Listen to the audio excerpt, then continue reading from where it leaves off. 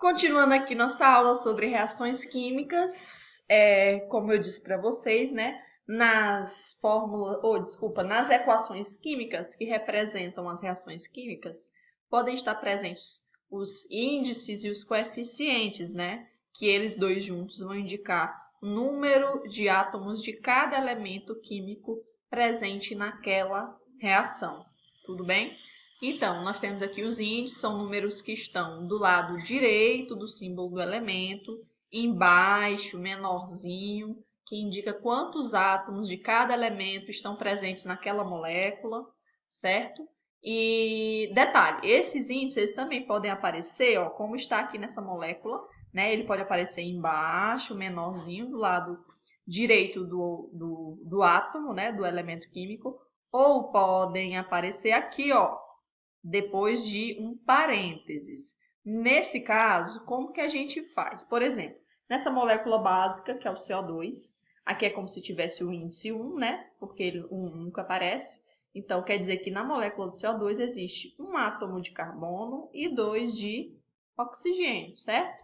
Já aqui no Ca3PO4, 3, olha o que isso significa. Significa que nesta molécula nós temos 3 átomos de cálcio, aí aqui como está no parêntese, o número que está fora do parêntese, ele vai multiplicar todos os números que estão dentro. Aqui não é como se tivesse 1, então 3 vezes 1, 3. 3 átomos de fósforo. Aqui, ó, 3 vezes 4, 12. Então, 12 átomos de oxigênio. Quer dizer que nessa molécula, Ca3PO4, temos 3 átomos de cálcio, 3 átomos de fósforo, e 3 vezes 4, 12 átomos de oxigênio, ok? Então, é isso que vai acontecer. Já os coeficientes é um número que aparece à esquerda da molécula, na frente da fórmula da molécula, certo? E indica quantas moléculas daquela estão presentes na reação. É através dos índices e coeficientes que nós vamos fazer um processo chamado de balanceamento estequiométrico, certo? Pois bem, nesse caso aqui, por exemplo, do AlOH3, o que acontece? Nós sabemos que aqui ó, no AlOH3, aqui é como se tivesse 1, então tem um alumínio, aqui tem 3 vezes 1, 3 oxigênio, 3 vezes 1, 3 hidrogênio, né? O AlOH3. Beleza, tia. Mas e aí? O que influencia esse coeficiente aqui na frente, esse 2? Além de este número do parênteses estar multiplicando quem está dentro do parênteses, esse coeficiente vai multiplicar a galera toda. Vai multiplicar esse, vai multiplicar esse, vai multiplicar esse. Então, como que a gente faz?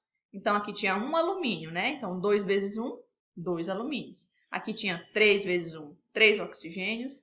3 vezes 1, 3 hidrogênios, né? Só que é 2 vezes 3, 6 oxigênios. 2 vezes 3, 6 hidrogênios.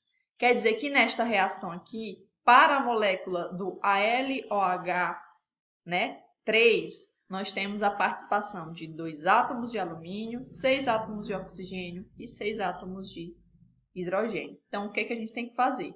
Multiplicar o coeficiente pelos índices de cada elemento da molécula para descobrir a quantidade de átomos que participam da reação, tá bom? A mesma coisa funciona para os demais. Então, por exemplo, aqui tem 3 moléculas de H2SO4, não é isso?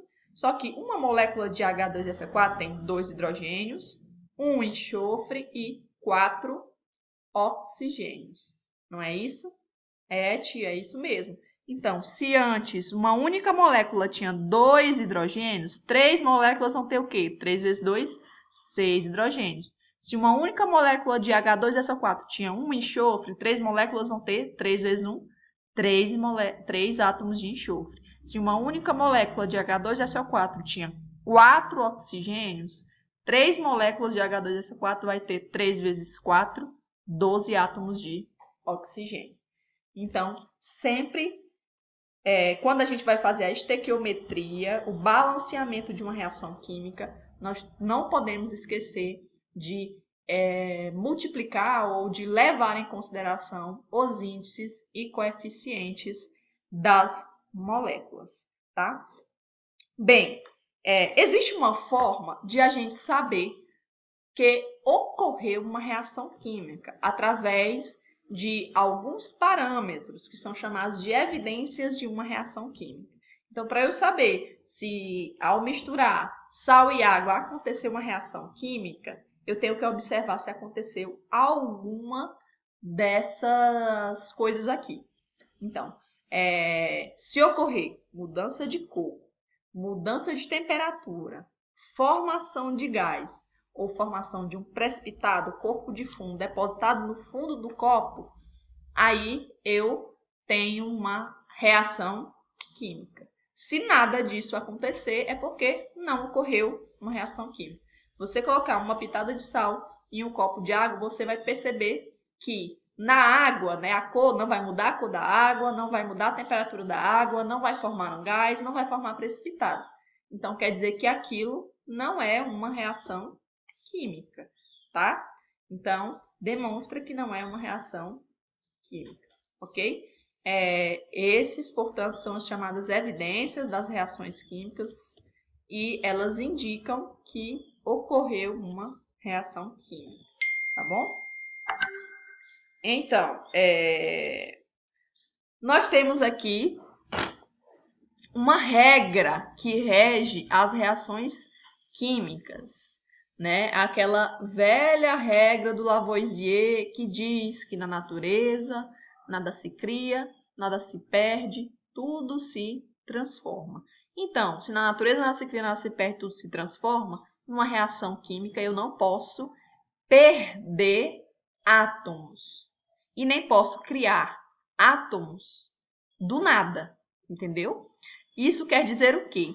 Que todos os átomos que existiam antes da reação química, todos os átomos dos reagentes, têm que ser os mesmos que existem nos produtos. O que ocorre na reação química nada mais é do que um rearranjo desses átomos. Então, um átomo que estava ligado com o fulano passa a estar ligado com o beltrano. Isso é uma reação química, é um rearranjo de átomos, ok? Então, o que acontece? Segundo a lei do Lavoisier, a quantidade de átomos de cada elemento químico que existia nos reagentes obrigatoriamente tem que ser igual à quantidade de átomos que existia daquele elemento químico nos produtos, tá bom? Então, tá aqui, ó. Numa reação química, os elementos e os números de átomos de cada elemento têm que ser os mesmos antes e depois da reação, certo? As reações químicas não podem destruir átomos nem criar átomos novos. O que muda é apenas a organização destes átomos, podendo haver também transferência de elétrons. Então, é um rearranjo destes átomos.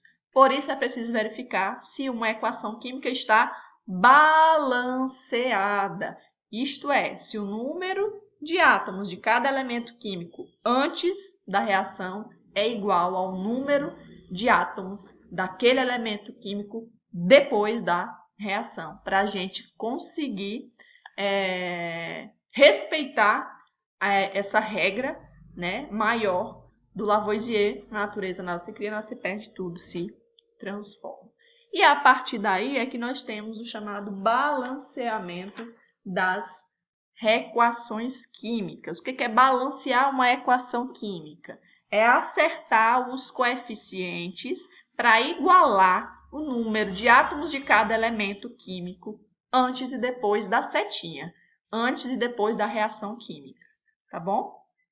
Existem 3 formas de eu balancear uma reação química, chamado método das tentativas, o método algébrico e o método redox. O que nós vamos estudar aqui é o método das tentativas. Esse método das tentativas, ele obedece uma sequência de regras. Obrigatoriamente você tem que fazer isso nesta sequência, senão não dá certo, tá bom? Então, primeira coisa, nunca comece pelo hidrogênio. O hidrogênio será sempre o último a ser balanceado, tá bom? Primeiro, não começa pelo hidrogênio. Depois, começar pelo elemento químico que aparece uma única vez em uma única molécula antes e depois da reação, em cada membro da reação da equação química, tá bom? E caso tenha mais de um elemento químico que aparece uma única vez antes e depois da reação, eu pego aquele elemento que tem maior índice, tá bom? É assim que nós vamos fazer pelo método das tentativas, ok? Eu vou mostrar para vocês num videozinho depois como que eu faço o balanceamento dessas reações químicas pelo método das tentativas, tá bom? Aí nós vamos passar aqui para a chamada classificação das reações químicas, ou para os tipos de reações químicas inorgânicas, né? Que está lá no livro de vocês, na página 328. Gente, essa classificação é apenas para as reações químicas inorgânicas, com substâncias inorgânicas. Quando vocês estiverem estudando reações químicas orgânicas, vocês vão conhecer uma outra classificação para as reações orgânicas, tá bom? Então, as reações químicas inorgânicas, elas são classificadas em reação de síntese ou adição, reação de análise ou decomposição, reação de simples troca ou deslocamento e reação de dupla troca ou permutação, tá bom? A reação de síntese e adição, eu tenho uma substância mais simples, eu tenho uma ou mais substâncias mais simples que vão ser unidas para dar origem a uma substância mais complexa. Então, eu tenho duas substâncias, por exemplo, eu tenho duas substâncias mais simples que vão se juntar para formar uma substância mais complexa. Isso é uma reação de adição, tá bom? De síntese ou adição. Já a reação de análise ou decomposição, eu tenho uma substância no reagente mais complexa que vai ser quebrada para dar origem a duas ou mais substâncias mais simples, ok? Isso é reação de decomposição. Já a reação de simples troca ou deslocamento é quando uma substância reage com outra, deslocando alguns átomos que trocam de lugar. Né? Detalhe, é um único átomo que vai trocar de uma molécula para outra. Na de dupla troca, vai haver, como o próprio nome diz, é uma dupla troca. Então, são dois átomos que vão trocar aí entre as moléculas, tá bom? Vamos ver aqui como é que a gente representa essas reações de síntese, de decomposição, de síntese troca e dupla troca. A gente diz assim, ó, que na reação de adição ou síntese, eu junto A mais B, que dá origem a B. Duas substâncias simples dando origem a uma substância mais complexa. Aqui na de decomposição, eu tenho uma substância mais complexa, AB, que vai ser quebrada, dando origem a duas substâncias mais simples, A e B. Na reação de simples troca, o que acontece? Uma substância simples, A, reage com uma substância composta, BC. E ela vai deslocar, por isso que é simples troca ou deslocamento, vai deslocar um dos átomos. Então, ele vai deslocar, no caso, o átomo B. Né? Então, o átomo A, o átomo não. O elemento, a substância A mais simples, ela vai deslocar esse átomo B e tomar o seu lugar, formando B mais AC. E a reação de dupla troca, eu tenho duas substâncias compostas, onde vai ocorrer, como o próprio nome diz, uma dupla troca. Esse A vai se juntar com C e esse B vai se juntar com D. Dupla troca, tá bom? Por exemplo, aqui nós temos essa reação aqui, ó, C mais O2. Duas substâncias simples, dando origem a uma substância mais complexa, CO2. Então, isso aqui é uma reação de síntese ou adição. Aqui na reação de decomposição ou análise, nós temos aqui, ó, KClO3. Ele vai sofrer uma quebra, gerando KCl mais O2. Então, eu quebrei essa molécula mais composta em duas substâncias mais simples, reação de decomposição. Reação de simples troca, então eu tenho aqui, por exemplo, H2SO4 mais zinco. O zinco vai deslocar o hidrogênio se juntando ao SO4, ZnSO4 mais H2, simples troca. E essa reação de dupla troca, temos aqui, ó, AgNO3 mais NaCl. O Cl vai se juntar com o Ag, dando um AgCl, e o Na se juntar com o NO3, dando NaNO3, portanto, dupla troca. Certo, gente? Essa é a classificação